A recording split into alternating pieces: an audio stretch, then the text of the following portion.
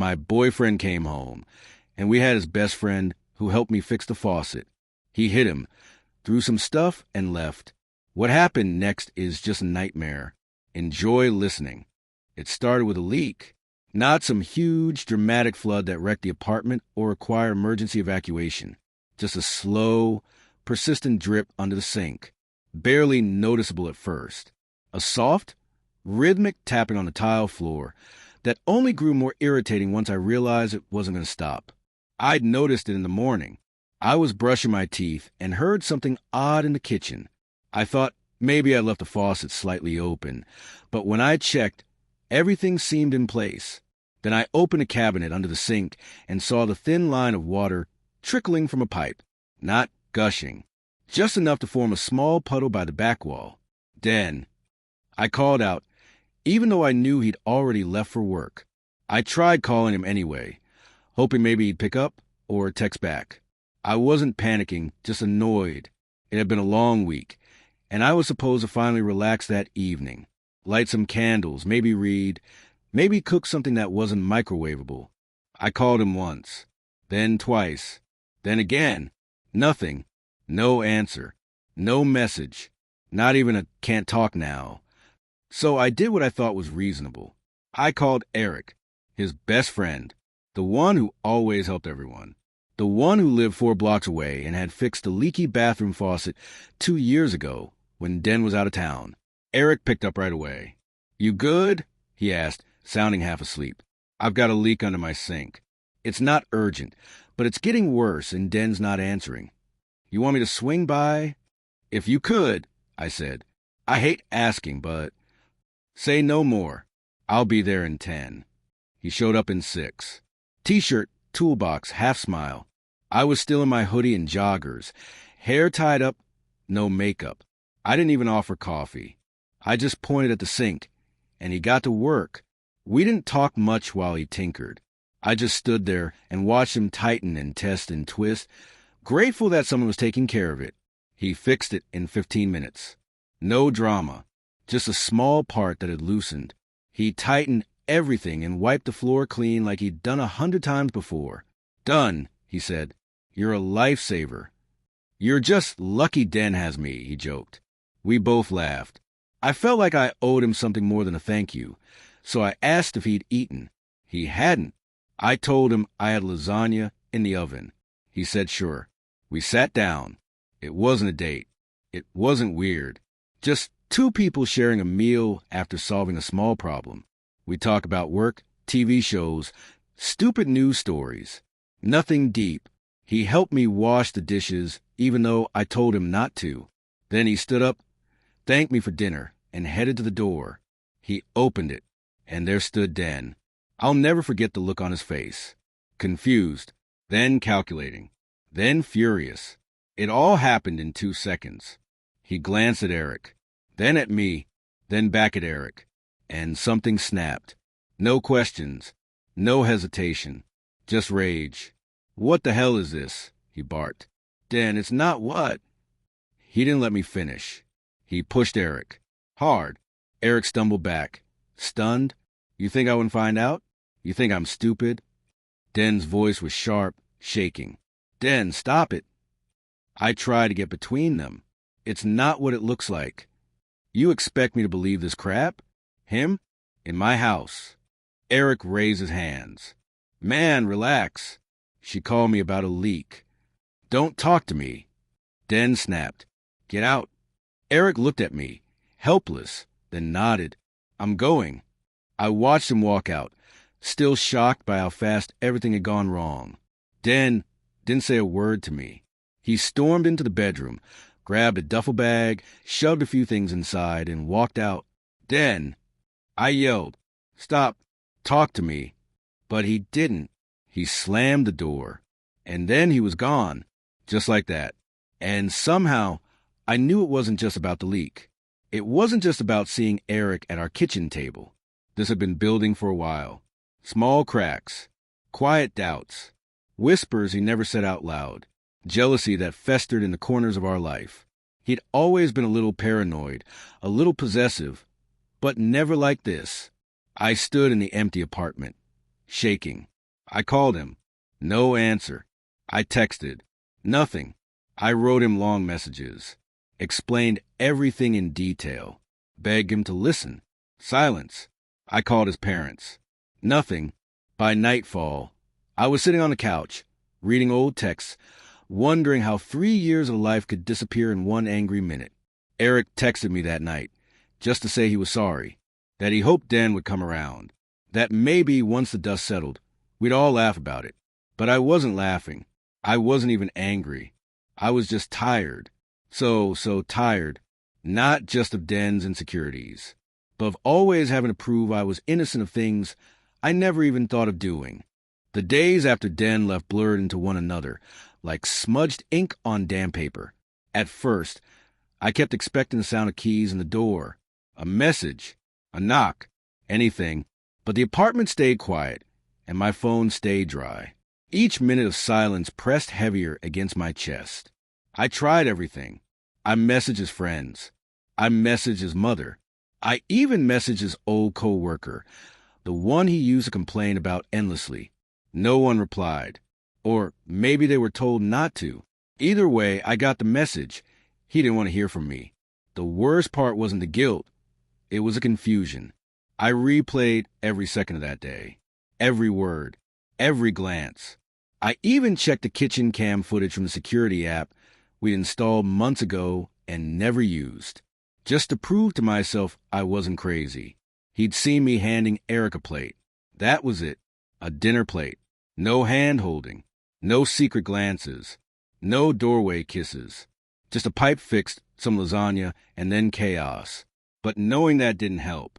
I still couldn't sleep in our bed.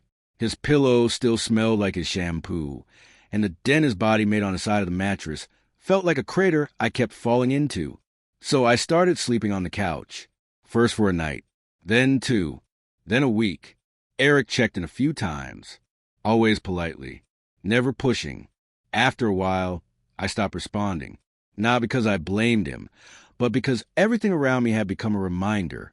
Even the damn sink stopped leaking, as if mocking me. Eventually, I stopped reaching out, stopped checking my phone every 5 minutes, stopped composing long, detailed messages I never sent. And somewhere in that stillness, I started seeing the cracks that had been there long before the door slammed shut. Den was always intense. At first, it was romantic.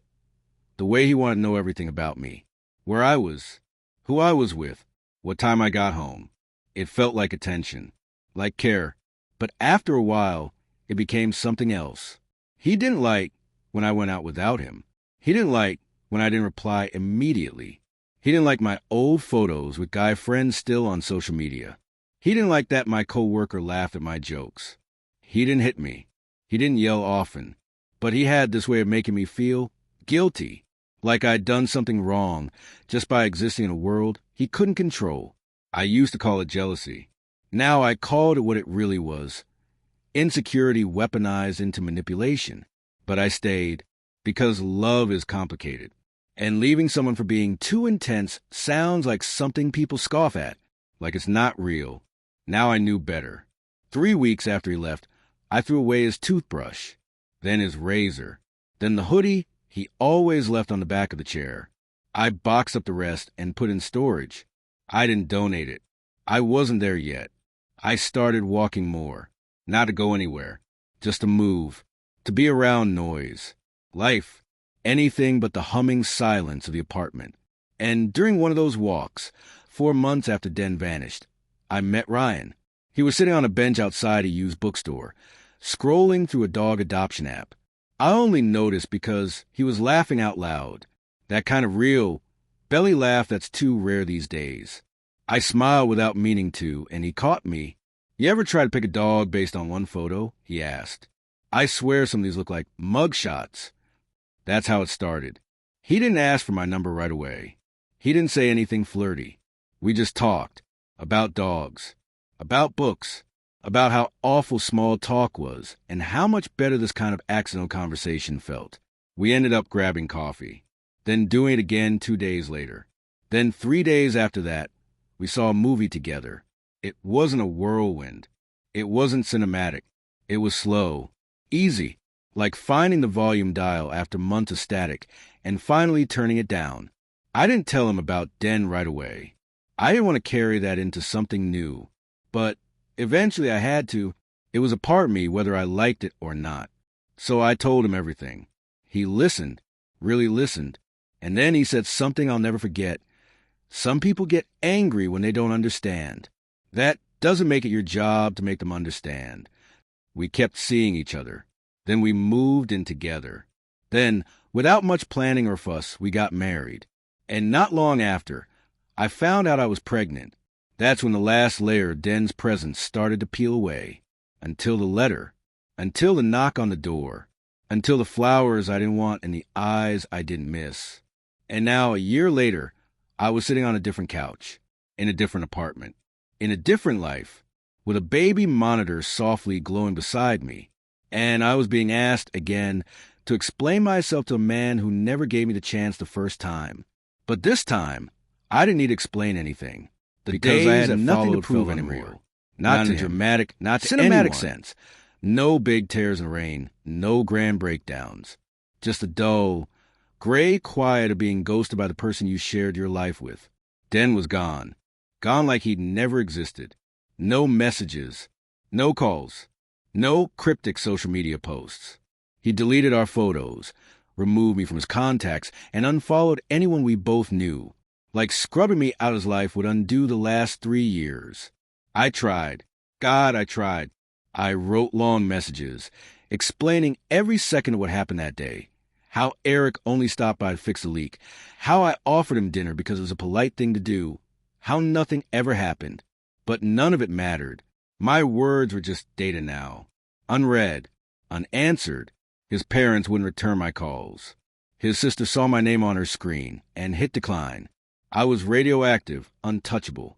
As if everyone had agreed on one version of the story, and I was the villain in it. I stopped texting after the 4th day. There's only so much self-respect you can bleed before you start feeling empty. The silence was its own kind of torture. And in that silence, my mind wandered into places I didn't want to go. What did he think he saw? Did he truly believe I'd cheat on him? With his best friend of all people? Did he ever really trust me? The questions piled up like junk mail I couldn't throw away. I kept replaying that moment. The look on his face, the way his hand clenched into a fist before shoving Eric.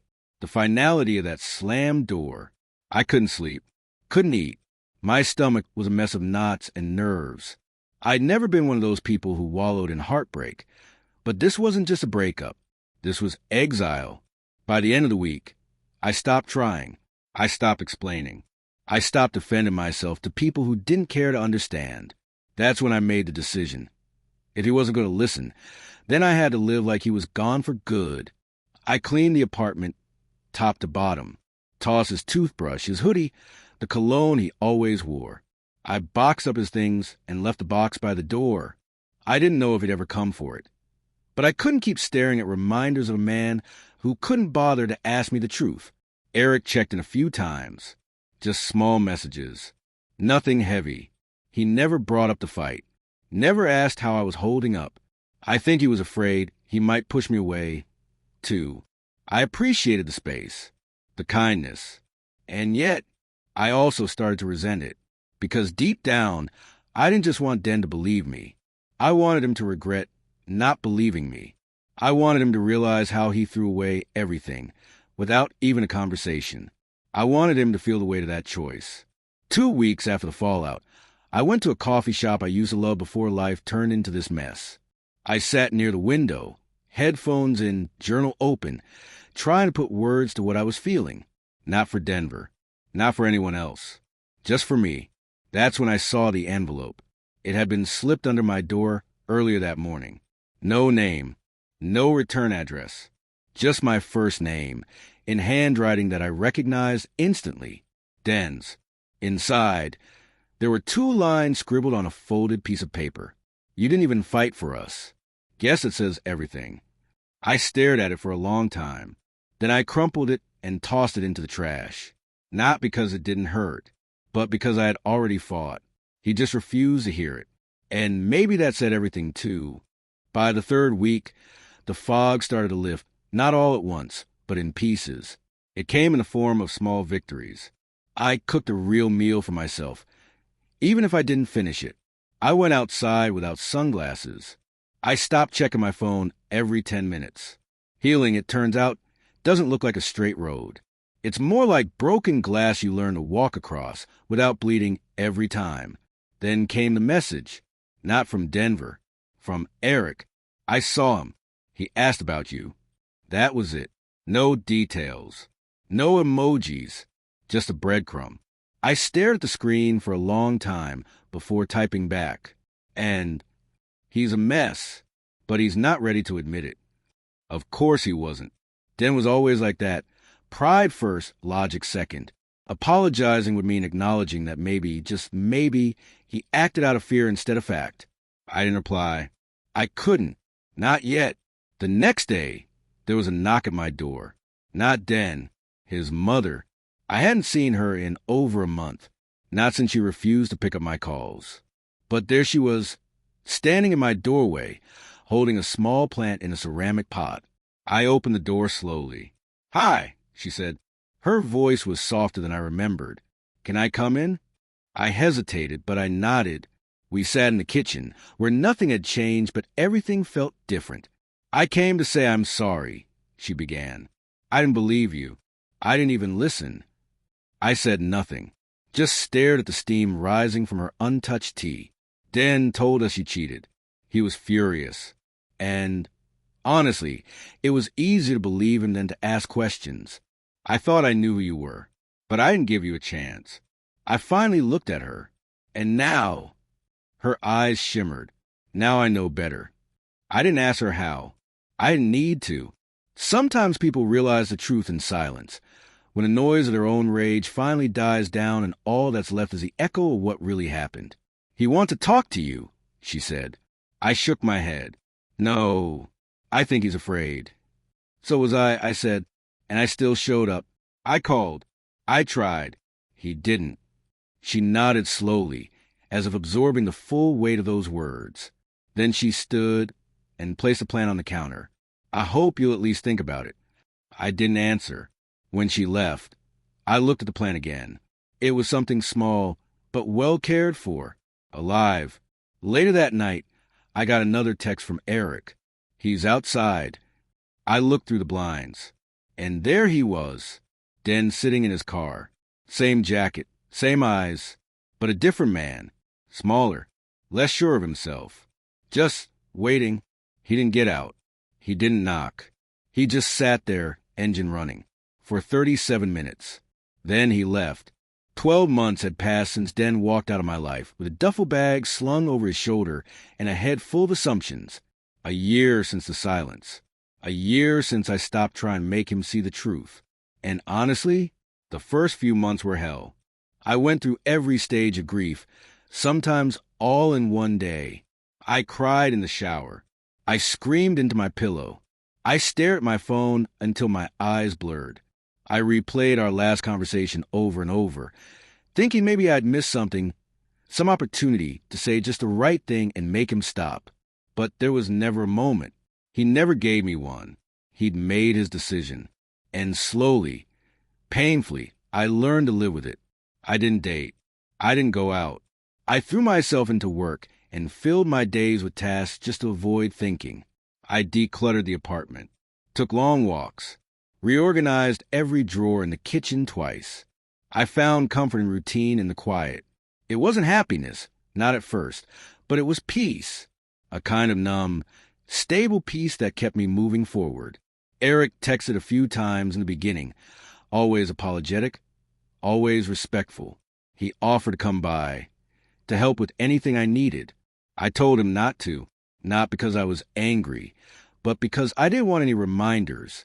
He hadn't done anything wrong, but I needed space from all of it, especially the part of my life that carried Den's shadow. Friends asked about him. I always gave the same answer. He's gone. That's all I know. And it was the truth, until the spring. That's when I met Jordan. He wasn't dramatic. He wasn't flashy. He didn't try to impress me with grand gestures or overwhelming charm. He just showed up, over and over again, soft-spoken, steady, kind in ways that didn't ask for anything in return. We met at a bookstore of all places, reaching for the same novel. Cliché, I know, but it felt like something out of a movie, except slower and real. He asked me if I liked that author. I said I wasn't sure anymore. He laughed, said, "Let's read it and decide together." That was our beginning. We started small. Coffee dates that turned into long walks that turned into dinners that turned into lazy mornings and shared playlists and quiet routines that didn't feel forced. I told him everything about Den, about the fight, the misunderstanding, the silence that followed. He didn't flinch. He didn't judge. He just listened. "I don't need you to be perfect," he said once. "I just want you to feel safe." And for the first time in what felt like forever, I did. We moved in together after 6 months. It wasn't planned. Nothing with Jordan ever felt planned.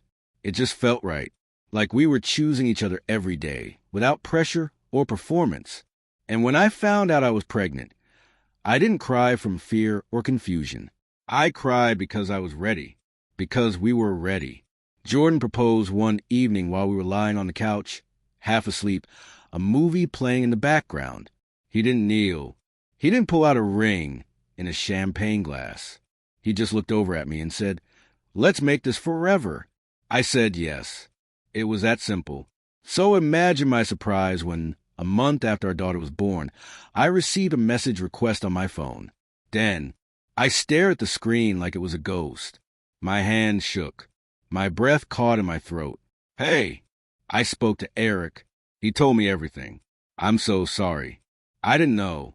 Please, can we talk?" I didn't reply. I didn't even open the message. I just locked my phone and pressed it face down on the table. It stayed that way for 2 days. But he didn't stop. Another message came. Then another. "I messed up. I miss you. I want to make things right."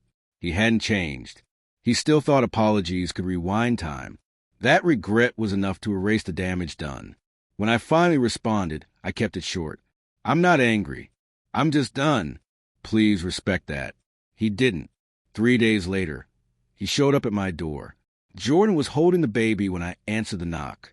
Den stood there, holding a bouquet of lilies, my favorite. Still remember that, I guess. "Can we talk?" he asked. I didn't let him in. "There's nothing to say. Denver, I made a mistake. A huge one. You made a choice," I corrected. "One that shattered everything. And then you disappeared. For a year. I didn't know what to believe." "You didn't care enough to find out." His eyes dropped to the floor. "I thought I lost you forever." "You did," I said quietly. Jordan stepped behind me, protective but calm. Den noticed him. Noticed a child in his arms. His face collapsed. "You have a family," he whispered. "I do," I said. "A real one, built on trust and truth. Things you never gave me." He tried again, some speech, something emotional. I didn't listen. I closed the door gently in his face, not out of cruelty, but because I didn't know him more. Some endings don't need closure. Some stories don't deserve a rewrite. That night, I held Jordan's hand while we watched our daughter sleep. My heart was full in ways Den could never have imagined, and for the first time, I didn't feel like a woman. It had been almost 2 years. I felt like a woman who had finally written her own ending. 2 years since Den walked out my apartment. It was only the beginning, refusing to hear a word of explanation.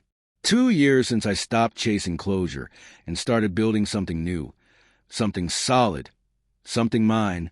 I had a husband now, David, steady, thoughtful, quietly funny in that dry way that only reveals itself once he's comfortable. He wasn't flashy or dramatic, and maybe that's exactly what I needed. We met a few months after Den vanished, and it wasn't love at first sight. It was slower than that. Kinder, the kind of connection that grew like a steady fire, not a sudden spark. Now we had a little girl together, Sophie, just a few months old. She had his eyes, my smile, and a cry that had cracked through the thickest fog of exhaustion.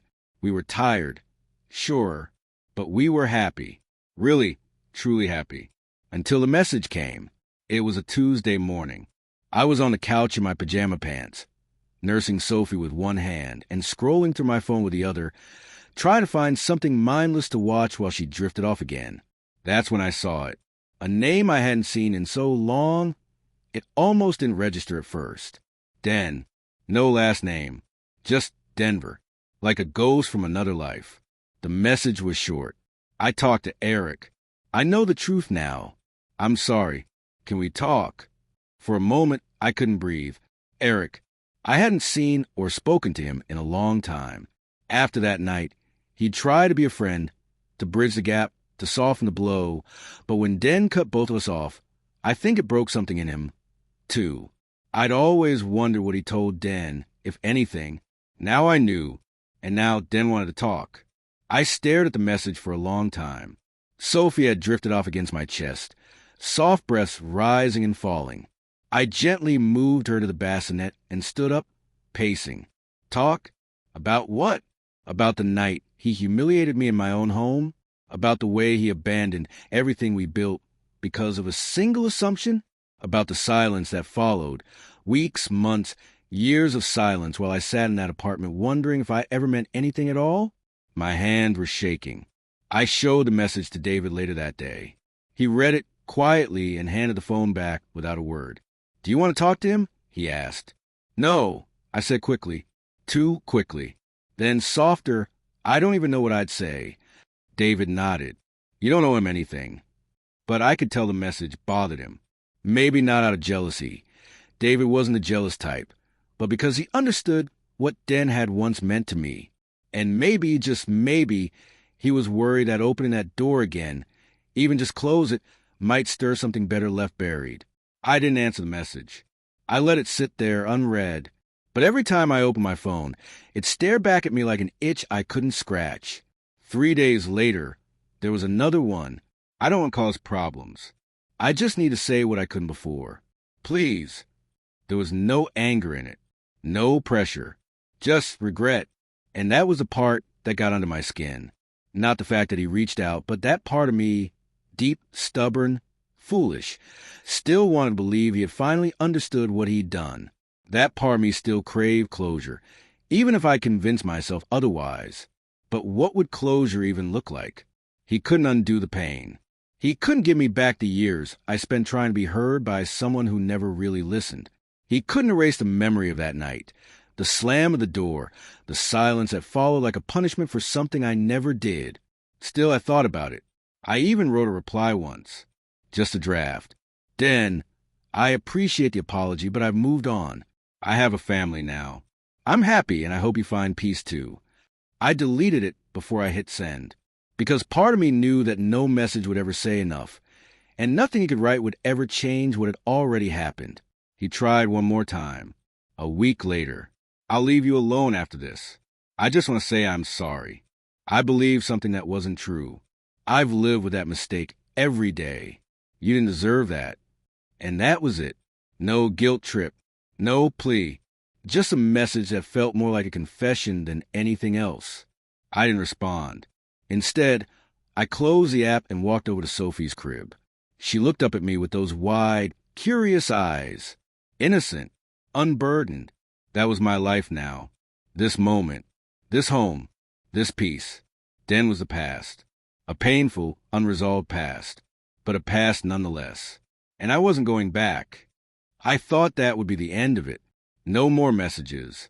No more ghosts from the past clawing at the edges of my present. But Den wasn't done. It happened on a rainy Saturday. David had taken Sophie out to the park, bundled in her little bear onesie and pink hat, because she loved the sound of rain against the stroller hood. I stayed home to catch up on laundry, enjoying the rare silence. When the doorbell rang, I thought maybe they'd forgotten something. But when I opened the door, it wasn't David. It was Den, standing there in the rain, holding a dripping bouquet of flowers like some movie cliché that didn't belong in real life. His face was pale, thinner than I remembered, like life had taken a few sharp turns he hadn't braced for. "Hi," he said, his voice quieter than I expected. I didn't respond right away. I just stared at him, my brain scrambling to make sense of the fact that he was standing on my porch. After everything. After 2 years of silence and 3 ignored messages. "How did you find me?" He shrugged slightly. "Eric told me." Of course. I just want 5 minutes, he said. I'm not here to make a scene. I never got to say what I should have said then. I crossed my arms, still blocking the doorway. You didn't even ask what happened. I know, he said, and that's what's been eating at me. He looked over my shoulder, as if expecting to see someone behind me. My husband, my daughter, my life. I'm married now, I said, flat and cold. I have a child. I know, he repeated softly. It doesn't change what I came here to do. I'm not here to mess things up. I just needed to tell you I'm sorry. To your face. You did that already. Through text. I read it. I needed you to see it. We stood there for a moment, the sound of rain filling the silence between us. He looked down at the flowers in his hand, then extended them. These aren't meant to win you back. They're just an apology. Nothing more. I didn't take them. You think you can show up after everything and say sorry and it just... What? Makes it all go away? No, he said. I don't think that. I think I screwed up in the worst way a person can. I think I let my own insecurities poison something that didn't deserve it. And I think about it every day. I shook my head. You destroyed me. Not just for a moment. For years. You made me question myself, my worth, my truth. You made me chase you with explanations while you sat in your silence like a goddamn punishment. He looked away, swallowing hard. I know. And then you disappeared. Like I never mattered. Like 3 years meant nothing. I hated myself for it, he whispered. But by the time I realized, I thought it was too late. It was too late, and it still is. Another silence. Finally, I stepped back and said, Leave Denver, please. He hesitated, then placed the flowers gently on the porch floor, not forcing them into my hands, just leaving them like a quiet offering. I'm sorry, he said again, and then he turned and walked back into the rain. I stood there for a long time after the door closed, not crying, not angry, just still. David came home an hour later. He saw the flowers right away. I told him everything. He didn't ask questions. He didn't press. He just nodded and said, Do you want to take care of it? No, I said. He won't come back. He said what he needed to say. And did you? I looked at him, the man who held my hand through every rough patch I thought I'd never recover from. I didn't need to, I said, and I meant it, because in that moment, I realized something powerful. Closure doesn't come when someone says they're sorry. For the first time in what felt like years, I didn't feel like I owed anyone an explanation. Dan had said his piece. He had shown up with his guilt and flowers and carefully worded regret. And I had listened. I had stood there and watched the rain soak his jacket and his hair and his pride, and I hadn't flinched. That was the closure I never thought I needed. Not his apology, not his presence. Just my own calm refusal to let the past back into my home. But the past isn't always kind enough to stay at the door. The next day, I got a message from Eric. He's spiraling again. Just giving you a heads up. I didn't reply. I didn't need to. Whatever Dan did with his life, now was his own responsibility.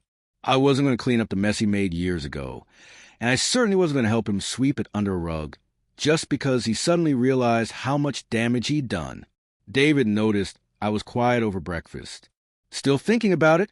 He asked, spreading jam on Sophie's toast like it was the most natural thing in the world. I nodded. Just the nerve that he thought he could come back. You didn't waver, he said. You were solid. I saw it in your face when you told me. I didn't feel solid. I admit it, but I didn't break either. That's more than most would manage. That night, while folding laundry, I found a little drawing tucked between Sophie's shirts. A messy crayon sketch of 3 stick figures holding hands. Above them, a sun with a big smile. Underneath, in shaky preschool handwriting, Mommy, Daddy me. It hit me harder than anything Dan had ever said. This was my life now. My family. My truth. Not the woman accused and abandoned.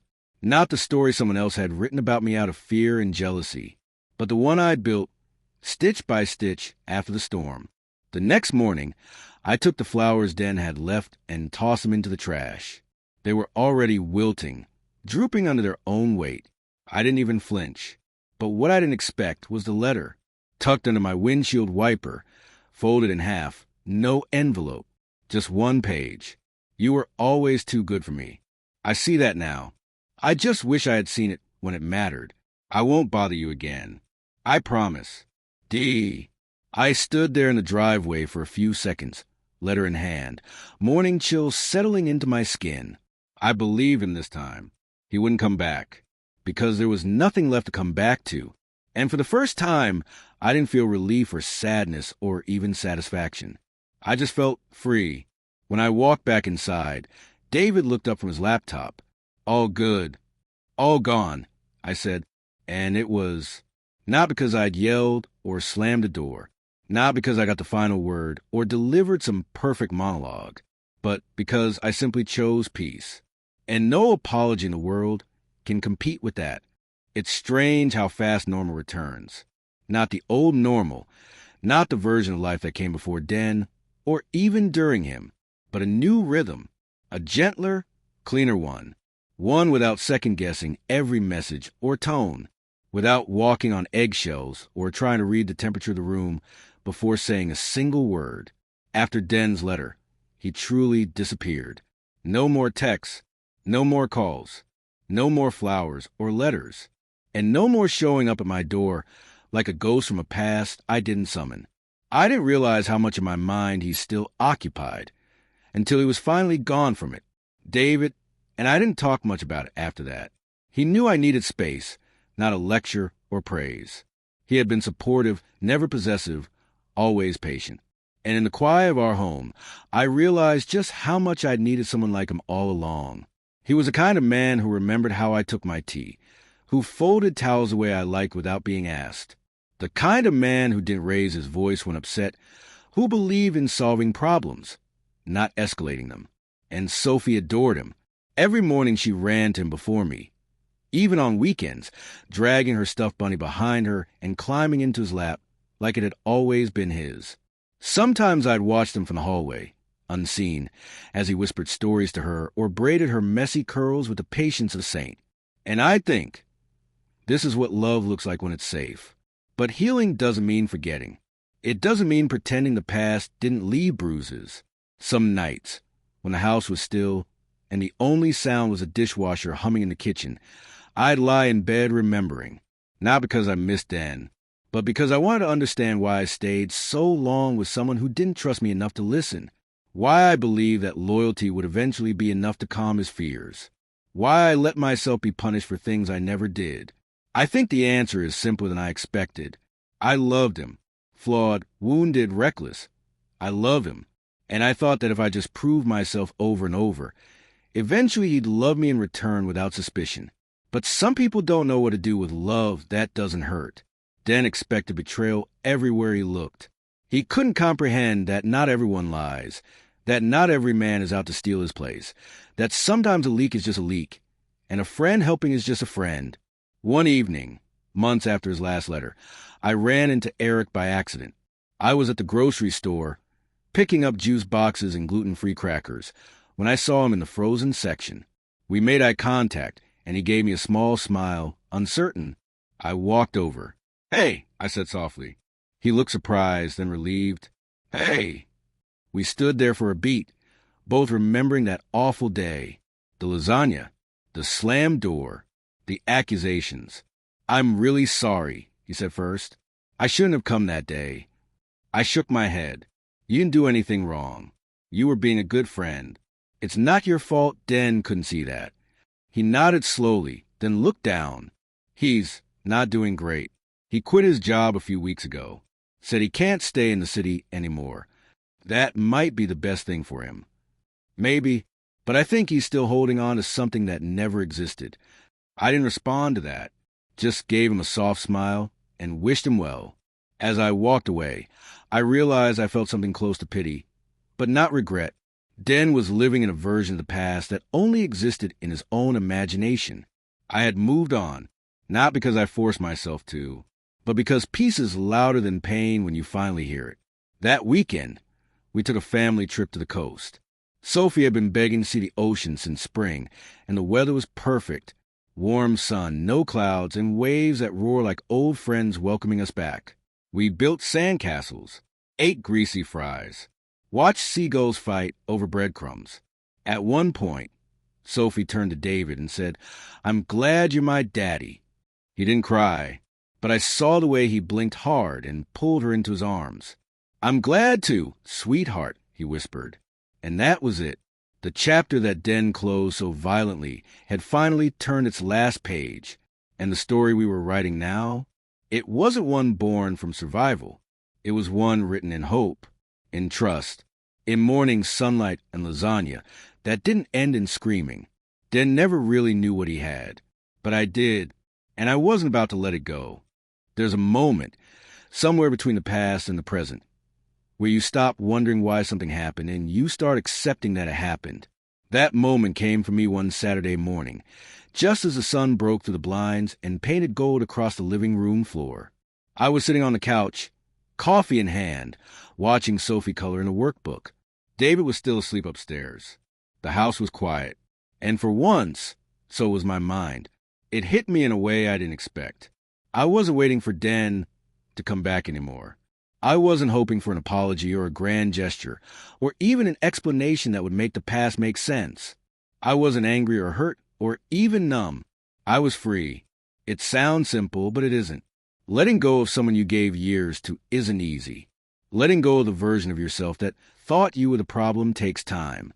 But it happens, quietly, like a heel bone you forgot used to hurt.